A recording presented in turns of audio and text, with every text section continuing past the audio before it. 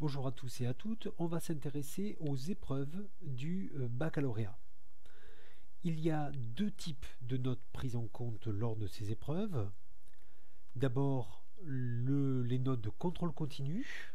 Et les notes prises en compte, c'est les notes de première et de terminale, on va voir sous quelle modalité, et les notes des épreuves finales, qu'on appelle souvent épreuves terminales, mais qui en fait se passent en première et en terminale. Voici un petit peu la répartition. Le contrôle continu compte pour 40% de l'obtention des notes de l'obtention du baccalauréat, et les épreuves finales pour 60%. Voyons d'abord la place du contrôle continu et la composition de ce contrôle continu.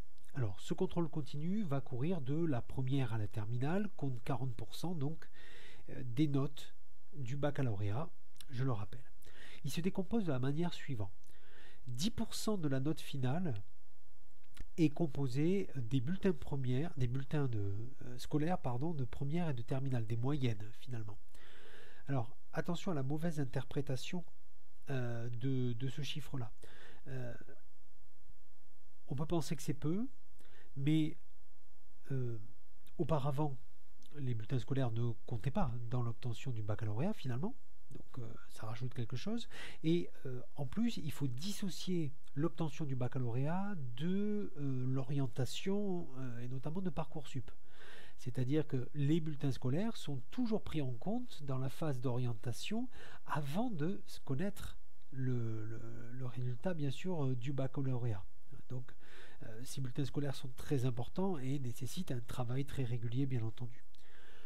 30% du contrôle continu, ce sont les épreuves communes, les fameuses E3C. J'ai fait une vidéo déjà dessus, donc je la mettrai dans la description.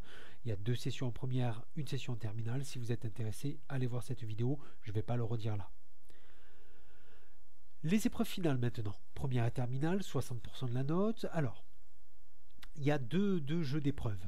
D'abord, une épreuve anticipée en première, c'est le bac français, écrit et oral, avec un coefficient de 5 pour l'écrit, 5 pour l'oral.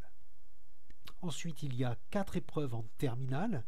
Il y a les 2 épreuves d'enseignement de spécialité, alors qui ne sont donc pas dans le contrôle continu, mais qui sont bien en épreuve finale. J'ai fait également une vidéo sur la spécialité histoire, géographie, géopolitique, sciences politiques, donc je vous la mettrai également dans la description. Chaque épreuve de ces enseignements de spécialité compte coef 16. Donc vous voyez un petit peu le poids que ça a. Une épreuve de philosophie qui comptera coef 8 et une épreuve de grand oral, 20 minutes de grand oral, coefficient 10.